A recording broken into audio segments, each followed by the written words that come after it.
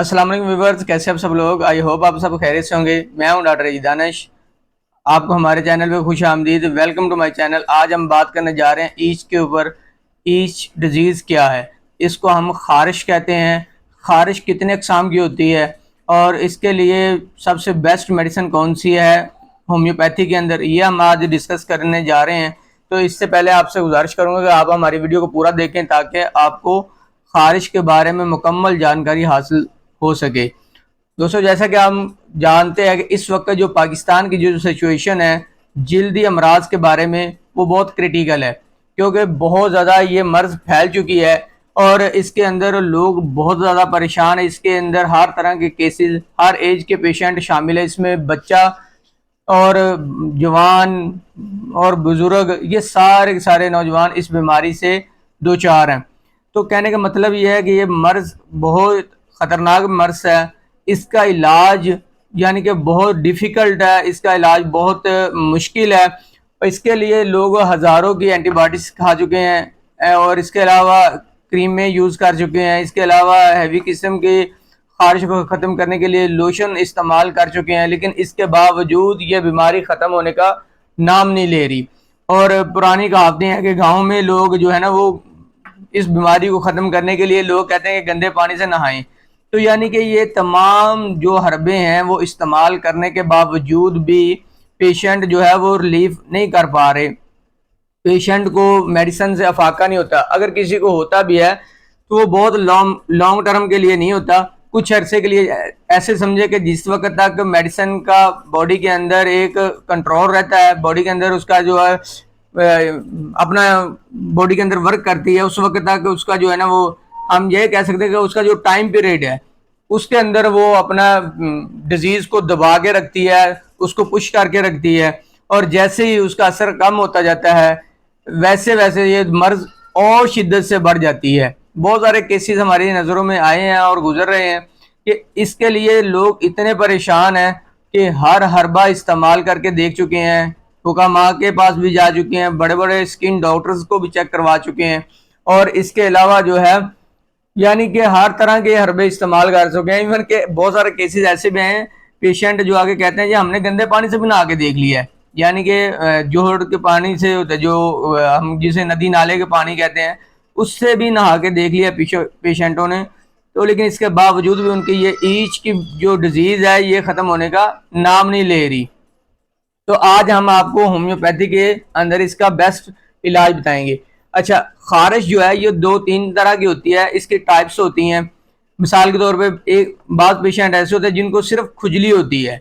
खुजली से मुराद ये है कि उनके जिस्म के ऊपर क्या होता है कि सिर्फ खारिश होती है, वो हर वक्त खुजाता रहता है अपने बॉडी को, हर वक्त उसको जो है ना वो खारिश की एलर्जी की तरह जो है ना वो लगा रहता है। तो इसको हम कहते हैं, इसको एलर्जी है, ठीक है, वो हम उसको खुजली कह देते हैं। दूसरे लफ्जों में दूसरी खारिश की जो टाइप है वो ये होती है कि जिस्म के ऊपर, बॉडी के ऊपर दाने बनते हैं और दाने बनने के बाद वो खुजाता है पेशेंट। खुजाने के बाद उसके अंदर इतना खुजाता है कि खुजा खुजा कर उसके जिस्म से खून निकलना शुरू हो जाता है, फिर उसके अंदर पस पड़ जाती है।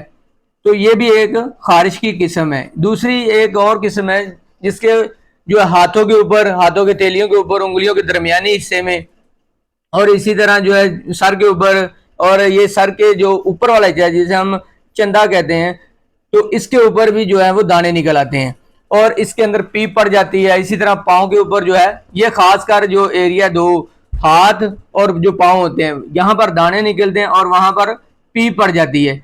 तो ये सबसे ज़्यादा खतरनाक बीमारी है। इसी तरह टांगों के ऊपर भी दाने निकल आते हैं और उनके अंदर पस पड़ जाती है, पीप पड़ जाती है।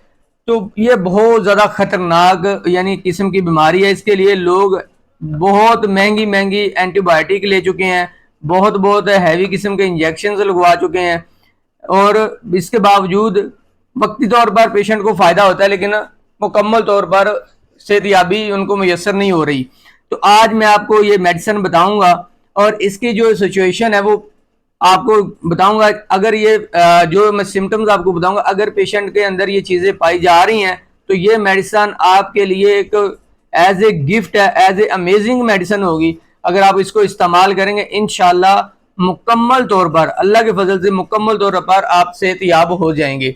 मेडिसिन की तरफ चलते हैं। मेडिसिन की तरफ जो होम्योपैथी के अंदर नंबर 1 टॉप की मेडिसिन है उसका नाम है सल्फर। सल्फर के पेशेंट के अंदर जो है उसकी सिम्टम्स क्या होगी, पेशेंट की जो बॉडी लैंग्वेज वो कैसी होगी, पेशेंट गदीला होगा, उसकी स्किन जो है वो बिल्कुल खुशक होगी, गंदी स्किन यानी हम कहते हैं गंदी से मुराद ये गदली होती है, तो उसकी स्किन के ऊपर कोई रौनक नहीं होती। स्किन के ऊपर जो है इस तरह से होता है जैसे वो अगर बहुत ज़्यादा अपने आप को तैयार भी कर लेना तो उसके बावजूद ऐसे लगता है जैसे वो यानी कि तैयार हुआ ही नहीं है। तो इसलिए उसकी स्किन जो है वो बिल्कुल खुश्क होती है, गंदली होती है। अगर उसके स्किन के ऊपर दाने बन जाते हैं, खारिश होती है, तो वो पी पड़ती है और पी पड़ने के बाद जब वो खारिश करता है तो वहां से खून निकलता है, इस हद तक वो खुजाता है।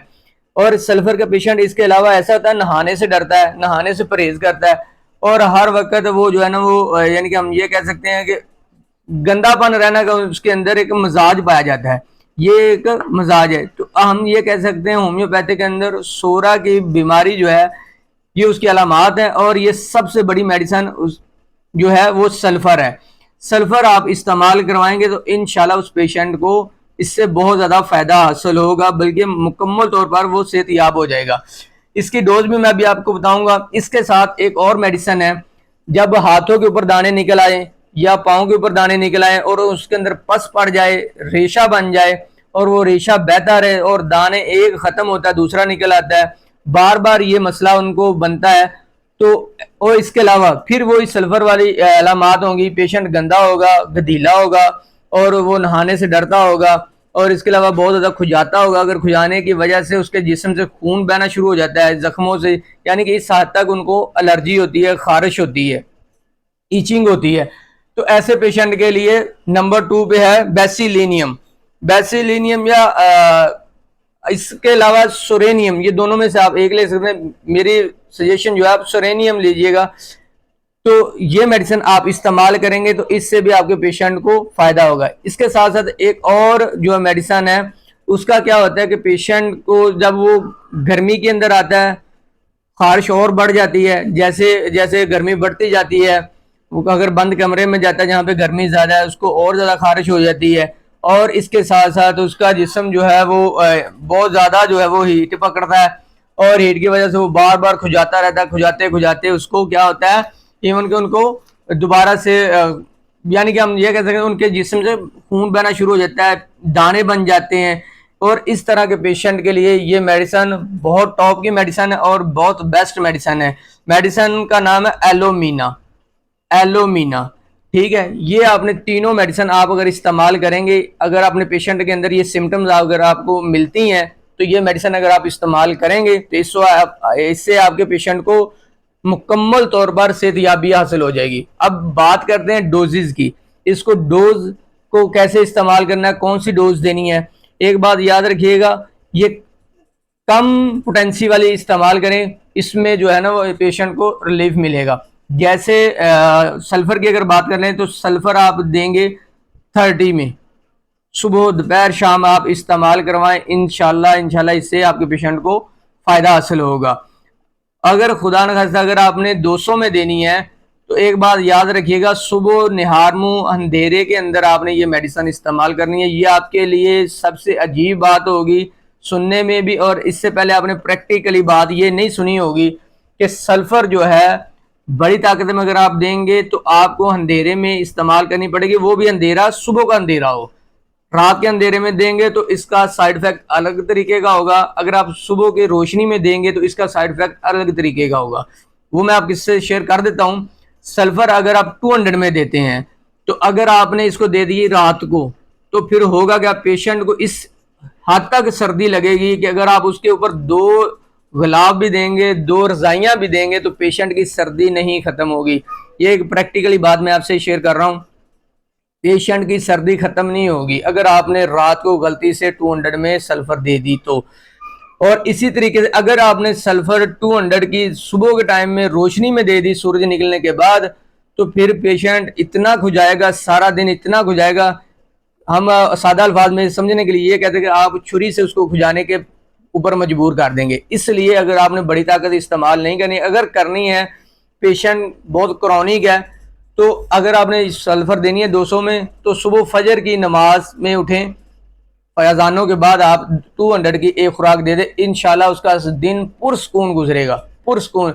और इसके साथ साथ एक और बात मुझे सल्फर के हवाले से याद आ गई, जिस पेशेंट को बहुत ज़्यादा गर्मी लगती है, बहुत ज़्यादा गर्मी लगती है, बहुत ज़्यादा गर्मी लगती है, तो वहाँ पे आप सल्फर इस्तेमाल करवा दें। एक डोज सुबह फजर की अजानों के बाद इस्तेमाल करवा दें, सारा दिन उसको पुरसकून गुजरेगा। तो इसके साथ साथ सेलेनियम की बात करें तो सेलेनियम आपने 200 में देनी है एक खुराक। एक खुराक देने के बाद 3 से 4 दिन का वक्फा रखना है, हफ्ते में सिर्फ 2 खुराकें देनी है सेलेनियम की। या आप इस तरीके से कर सकते हैं कि 200 की 3 खुराकें 3 दिन में देनी है, एक खुराक रोजाना की। तो आप किसी भी वक्त दे सकते हैं, सुबह दोपहर शाम, एक टाइम मुकर्रर कर लीजिएगा। तो ये इस तरीके से अगर आप मेडिसिन देंगे। इसके साथ साथ आपको एलोमिना की सजेशन दी है, अगर पेशेंट को गर्मी से खारिश बढ़ती है और शिद्दत होती है और खुजा खुजा कर खून निकलता है और जिस्म पे बहुत ज़्यादा खारिश होती है, तो आप एलोमिना प्लस आप दे सकते हैं। ये आप 30 में देंगे और सुबह दोपहर शाम इस्तेमाल करवाएंगे, तो इंशाल्लाह इस मेडिसिन से आपको पेशेंट को मुकम्मल रिलीफ हासिल होगा। मुझे उम्मीद है आपको ये वीडियो बहुत पसंद आई होगी। और इसके साथ आपसे गुजारिश है, अगर ये वीडियो पसंद है तो अपने दोस्तों में, आपने यानी कि दूसरे अहबाब के साथ इस वीडियो को शेयर करें, ताकि वो भी इस वीडियो से फ़ायदा हासिल कर सके। ये तमाम मेडिसिन आपको होम्योपैथिक, किसी भी अच्छी होम्योपैथिक मेडिकल स्टोर से बआसानी से मिल सकेगी। एक बात और मैं आपको प्राइसेस के हवाले से बता दूं, अगर आप पाकिस्तान से हैं तो मसूद कंपनी के लिए इकोनॉमिकल मिलेगी, तो अगर आप आउट ऑफ कंट्री हैं तो आप शवाबे की मेडिसिन इस्तेमाल करें, इससे आपको बहुत ज़्यादा फ़ायदा हासिल होगा। ले इजाज़त दीजिए, इंशाल्लाह नेक्स्ट वीडियो में मिलेंगे फिर। खुश रहें, खुशियाँ बांटिए। अल्लाह हाफिज़।